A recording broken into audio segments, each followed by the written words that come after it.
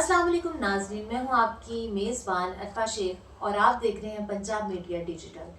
जी जनाब, आज हम बात करेंगे पंजाब मीडिया एसोसिएशन के बारे में, जो कि पाकिस्तान की हकीकी बैनुल अक़वामी तंजीम होने के साथ साथ फलाही किरदार भी अदा कर रही है।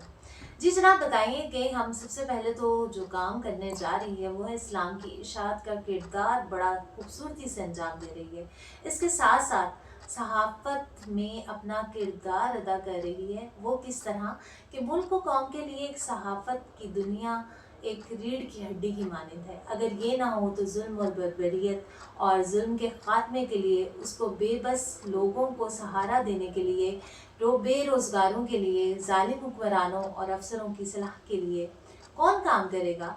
जी, सच्चाई को मंज़र आम पर लाने के लिए, इदारों की बेहतरी के लिए, करप्शन के लिए और क्राइम के ख़ात्मे के लिए, मुल्क की दफ़ा के लिए, दहशतगर्दी के ख़ात्मे के लिए, तालीम व तरबियत के लिए और जी जनाब, इसके साथ साथ सेहत और तंदुरुस्ती के लिए, गर्ज़ के ज़िंदगी के हर शोबे में और हर मैदान में सहाफ़ी अपना किरदार अदा कर रहे हैं और किरदार अदा करने के साथ साथ अपनी अपनी जानें भी कुर्बान करते हैं सच्चाई की राहों पर चलते हुए।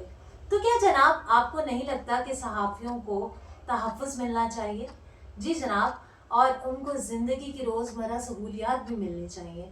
तो इसके लिए जो पाकिस्तान मीडिया एसोसिएशन है वो काम कर रही है और वो कैसे काम कर रही है? वो ऐसे काम कर रही है कि वो उनको सहूलियात मुहैया कर रही है। सहूलियात मुहैया करने के साथ साथ उनके दुख दर्द में शरीक होती है और उनके साथ शाना बशाना बनकर शाना बशाना खड़ी है और वतन अजीज़ के इन रोशन चरागों को मुल्क के कोने तक पहुँचाने और वतन अजीज़ के इन रोशन चरागों को